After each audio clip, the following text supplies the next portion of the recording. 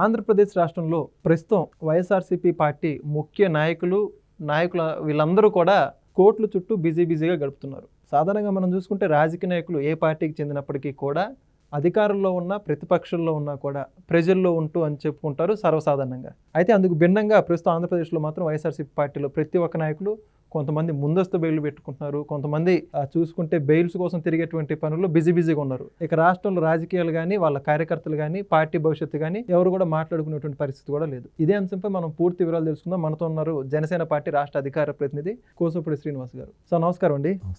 ఆంధ్రప్రదేశ్లో ఎక్కడైనా గతంలో చూసుకుంటే ఏ విధంగా జగన్మోహన్ రెడ్డి పాలన కొనసాగించడం మనందరం కూడా చూసాం. కానీ ఇప్పుడు ఓ పక్క ఆంధ్రప్రదేశ్లో కూటమి ప్రభుత్వం పవన్ కళ్యాణ్ గారు, చంద్రబాబు నాయుడు గారు, నారా లోకేష్ గారు అభివృద్ధిలో బిజీగా గడుపుతూ ఉంటే ప్రతిపక్ష హోదా లేని వైఎస్ఆర్సీపీ పార్టీ మాత్రం వాళ్ళని ప్రశ్నించడం పక్కన పెట్టేసి, ప్రజల్లో ఉండడం కూడా పక్కన పెట్టేసి, ప్రభుత్వ వైఫల్యాన్ని ఎండగడతామని చెప్పుకోకుండా కోర్టు చుట్టూ అంబటి రాంబాబు గారు, విడదల రజనీ గారు, మిథున్ రెడ్డి గారు చెప్పుకుంటూ పోతే ఎంతోమంది ప్రతిరోజు ఈ రోజు ఒకళ్ళు కోర్టుకు వెళ్తే రేపొద్దున ఇంకొకళ్ళు కోర్టుకు వెళ్తున్నారు. ఏంటంటారు ఈ కోర్టుల పరంపర, లాయర్ల పరంపర? వెంకట్, ఒక్కొక్కసారి భయం కూడా వేస్తుంది. ఎలాగంటే అసలు ఈ వైఎస్ఆర్ కాంగ్రెస్ పార్టీ నాయకులు లేకపోతే ఈ చదువుకున్న లాయర్లు అందరూ ఏమైపోతారు పాపం వాళ్ళు. అంటే వైఎస్ఆర్ కాంగ్రెస్ పార్టీకి సంబంధించి ఎవరైనా లాభం పొందారో అంటే ఈ లాయర్లే. వాళ్ళు రాష్ట్ర స్థాయి లాయర్లు కావచ్చు, లేదా జాతీయ స్థాయి లాయర్లు కావచ్చు. వాళ్ళే ప్రత్యేకించి వీళ్ళ గురించి న్యాయశాస్త్రాలు చదివినట్టు. ఎందుకంటే మీకు గుర్తుండే ఉంటుంది, కన్నబాబు అప్పట్లో ఆయన ఒక మాట అసెంబ్లీలో అన్నాడు, జైలుకి బెయిల్కి మధ్య ఊగిసలాడే పార్టీ వైఎస్ఆర్ కాంగ్రెస్ పార్టీ అన్నాడు. సరే, ఆ తర్వాత ఆయన ఆ పార్టీలోనే జాయిన్ అయ్యాడు, ఎమ్మెల్యే అయ్యాడు, మినిస్టర్ అయ్యాడు, అది వేరే సంగతి. నిజంగా ఆయన మాట్లాడే మాట వాస్తవం. అయితే జైలుకి లేకపోతే బెయిల్కి. ఈ రోజున వాళ్ళ నాయకుడు 12 సంవత్సరాలు బట్టి బెయిల్ మీద తిరుగుతున్నాడు. ఏ రోజున మరి బెయిల్ రద్దు అవుతే ఎప్పుడు ఎక్కడ వెళ్తాడు అన్నది ఒక సస్పెన్స్. అంటే సహజంగా వెంకట్, ఒక గూటి పక్షులు చోట చేరతాయన్నది మనకి పెద్దలు చెప్తూ ఉంటారు. ఓ పొరపాటున ఇతర జాతి పక్షి ఏమన్నా గూట్లో చేరినా ఎక్కువసేపు ఉండలేదు, అన్నీ వెళ్ళిపోద్ది బయటికి. అలాగే వైఎస్ఆర్ కాంగ్రెస్ పార్టీలకి అటువంటి ఆలోచనలు, అటువంటి మనస్తత్వాలు, అటువంటి దౌర్జన్యాలు, అక్రమాలు, లేకపోతేనేమో అన్యాయాలు, లేకపోతే భూదోపిడీలు, ఇటువంటి మనస్తత్వం ఉన్న వాళ్ళందరూ ఆ పార్టీలో అలా కొనసాగలరు. ఏదో ప్రజలకు ఏదో చేయాలనే తపంతో వచ్చి రాజకీయాల్లోకి వచ్చి ఆ పార్టీలో పొరపాటున జాయిన్ అయిన వాళ్ళు మనలేరు. కొన్నాళ్ళు చూస్తారు, ఏదో రకంగా బయటకు వచ్చేస్తారు. అంటే అటువంటి వాతావరణం ఉంది. మీరు కొన్ని పేర్లు చెప్పారు, పేర్లు చెప్పుకుంటా పోతే మన వీడియో మొత్తం పేర్లు చెప్పుకుంటా అయిపోద్ది, అంత లిస్ట్ వస్తుంది వాళ్ళకి. వాళ్ళందరూ కూడా ఈ రోజున అడ్వాన్స్గా బెయిల్ పెట్టుకోవడమే ఉంది. ఇప్పుడు కొత్తగా జైలుకి బెయిల్కి మధ్యన ఊగిసలాడే పార్టీ వాళ్ళు ఇప్పుడు ఏమైందంటే బందీఖానాకే దవాఖానాకే మధ్య ఊగిసలాడుతుంది. అయితే బందీఖానా ఏ జైల్లోకి వెళ్తారో, ఏ కేసులో పెడతారో వీళ్ళవడు, లేకపోతే దవాఖానా కడుపు నొప్పులు వస్తున్నాయి, హార్ట్ అటాక్లు వస్తున్నాయి, బాత్రూంలో జారి కాళ్ళు చేతులు ఎరగొట్టుకుంటున్నారు, అనేక రకమైనటువంటి వ్యాధులు వస్తున్నాయి, లేకపోతే వాళ్ళ తల్లులకో, వాళ్ళ తండ్రులకో, కొడుకులకో రకరకాలైనటువంటి వ్యాధులు వస్తున్నాయి హాస్పిటల్లో. అందుకనే బందీఖానాకే దవాఖానాకే మధ్యన ఊగిసలాడుతున్న పార్టీ వైఎస్ఆర్ కాంగ్రెస్ పార్టీ. ఈరోజు చూశారు పాపం, ఎవరో మన పెద్దిరెడ్డి గారికి బాత్రూంలో కాలు జారి పడ్డారట. దాని గురించి అడ్డం పెట్టుకుని తండ్రికి సేవ చేయడానికి మిథున్ రెడ్డి గారికి బెయిల్ కావాలట. చాలా విచిత్రంగా ఉంటాయి. ఇప్పుడు తండ్రికి సేవ చేస్తాడు ఈయన ఎంపీ అంటే కారణాలు పెట్టడం, రీజన్స్ పెట్టడం కూడా అంటే నేను అదే చెప్తాను, వ్యవస్థలో ఉన్న లోపాల మీద బాగా నమ్మకం. వ్యవస్థల మీద నమ్మకం ఉండదు, చట్టాల మీద నమ్మకం ఉండదు, చట్టాల్లో ఉన్న లోపాల మీద బాగా నమ్మకం. ఏ విధంగా చేస్తే తప్పించుకోవచ్చు, ఏ విధంగా. అందుకనే అంటారు, పదే అంటారు, దమ్ముంటే పట్టుకోండి అంటారు తప్ప మేము తప్పు చేయలేదు అన్నారు.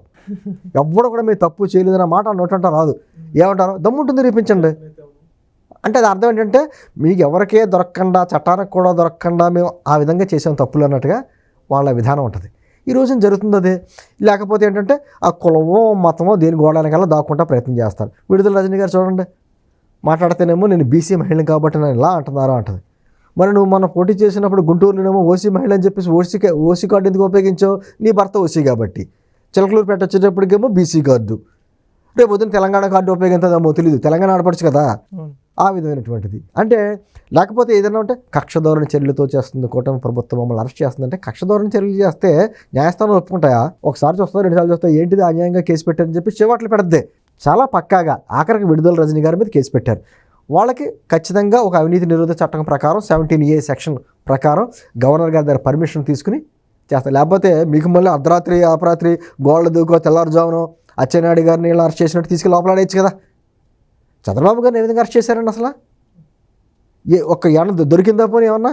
మీ వల్ల అయింది 52 రోజులు 53 రోజులు ఆయన జైల్లో పెట్టారే. నేను అంటుంది అటువంటి కక్షధోరణ చర్యలు లేకుండా ఈరోజు కార్యక్రమాలు జరుగుతున్నాయి. అంబటి రాంబాబు మొన్న పోసాని గారిని విడుదల చేసినప్పుడు పెద్ద మనిషి ఈయన వెళ్తాడు కదా, అంటారు చూసారా, సుందరానికి తొందర ఎక్కువ అని మా అమరరాంబాబు ముందు వచ్చేస్తాడు, లేకపోతే పేరుని అని వీళ్ళిద్దరూ ముందు వచ్చేస్తారు, మీద వేసుకుంటారు.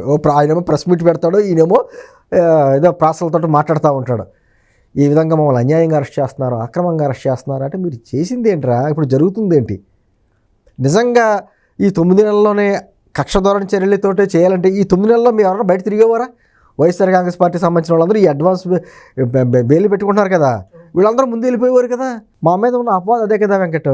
ఈ కుటుంబ ప్రభుత్వంలో వీళ్ళు ఏం చేయలేకపోతున్నారు, 9 నెలలు అయింది, గతంలో అక్రమాలు చేసిన వాళ్ళు, అన్యాయాలు చేసిన వాళ్ళు బయట స్వేచ్ఛగా తిరుగుతున్నారని మా మీద అపవాదం ఉంది.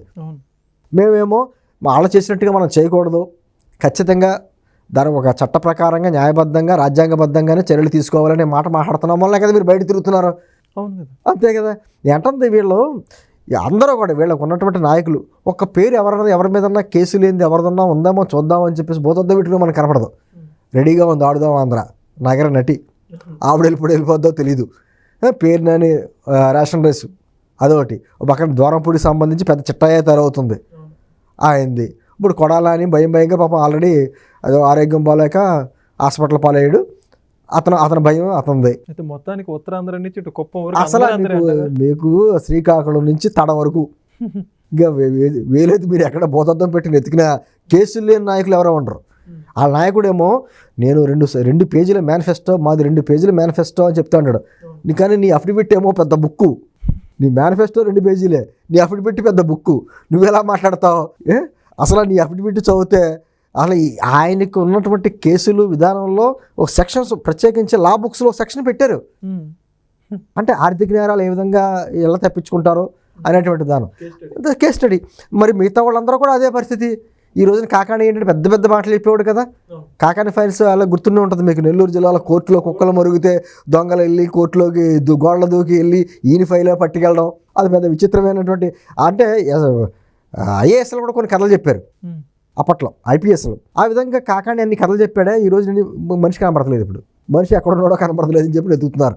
అంటే వీళ్ళందరూ అంతే, అయితే జైలుకి వెళ్ళాలి, లేకపోతే ఏదో ఆరోగ్య సమస్య చూపించి హాస్పిటల్లో బెడ్ మీద పడుకోవాలి. ఈ రెండే తప్ప వేరేది లేదు. ఎంతంది ఆల్రెడీ ఏమన్నా కోస్తా మంచితనం ఉండి ఎటువంటి కేసులు లేని వాళ్ళు ఎవరన్నా ఉండుంటే వాళ్ళకి ఒక ఆలోచన వస్తుంది, మనం జనంతో ఉండాలా జగన్తో ఉండాలా. జనంతో ఉంటే ఇవాళ కాకపోతే రేపు రాజకీయ భవిష్యత్తు ఉంటుంది, జగన్తో ఉంటే మనం జైలుకైనా పోవాలి లేదా హాస్పిటల్కైనా పోవాలని చెప్పి ఒక లెక్క వస్తుంది కదా. వీళ్ళందరూ కూడా అంటే వెంకట్ గత 5 సంవత్సరాల్లో ఏ విధమైనటువంటి అధికార మదంతోటో అధికార దర్పంతోటో మళ్ళీ 30 సంవత్సరాలు మేమేం ఉంటామన్నాం అని చెప్పేసేటువంటి జాస్తోటో ఇదో మొత్తానికి మాయలో పడి ఆ భ్రమలో పడి అన్యాయాలు అక్రమాలు చేసిన వాళ్ళు అందరూ ఉన్నారు చూసారా. వాళ్ళందరూ కూడా చట్ట పరిధిలో రాజ్యాంగబద్ధంగా న్యాయస్థానాల ముందు నిలబడాల్సిందే. న్యాయస్థానాలు తెప్పించే తీర్పులకి వాళ్ళు శిక్ష అనుభవించవలసింది. ఎవరో తప్పించలేరు. ఈరోజు చంద్రబాబు గారు కూడా వాళ్ళని రక్షించలేరు. నిజంగా ఫోన్లే పాపం అనుకుని కూడా చంద్రబాబు గారు లాంటి ముఖ్యమంత్రి స్థాయిలో ఉన్న వ్యక్తులు కూడా తప్పించాలన్నా తప్పించలేరు. అటువంటి నేరాలు చేశారు కాబట్టి ఖచ్చితంగా వీళ్ళందరూ జైలు వచ్చి లెక్క పెట్టవలసిందే. ప్రస్తుత వైకాపా పార్టీ పరిస్థితిని భవిష్యత్తుని చాలా చక్కగా చెప్పారు sir. Thank you. Please subscribe to Leo news for more videos.